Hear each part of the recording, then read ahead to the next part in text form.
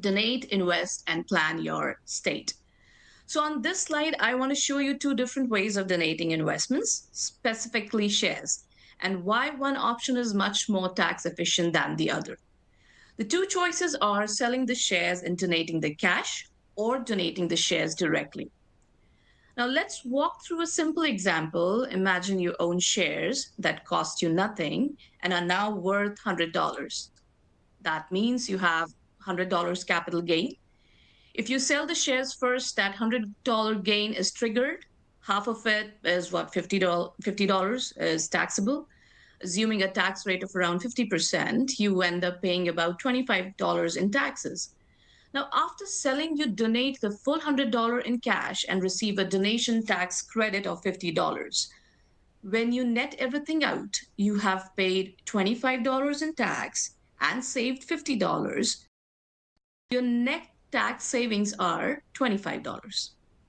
Now let's look at the second option, donating the shares directly. And in this case, you never sell the shares. So there is no capital gain tax at all. Taxable portion is zero and the tax payable is zero. So you still donate $100 and you still receive the same $50 donation tax credit. And this time, because you didn't pay any capital gain tax, your net tax savings are full $50. So here's the key takeaway.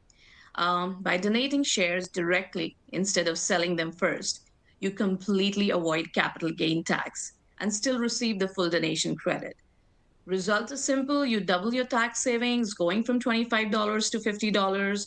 Donating appreciated shares instead of cash is one of the most effective ways to maximize your tax benefit. However, I would like to just, quickly highlight one point here. There are a lot of tax nuances involved when it comes to practicality, while handling the tax situation in these terms.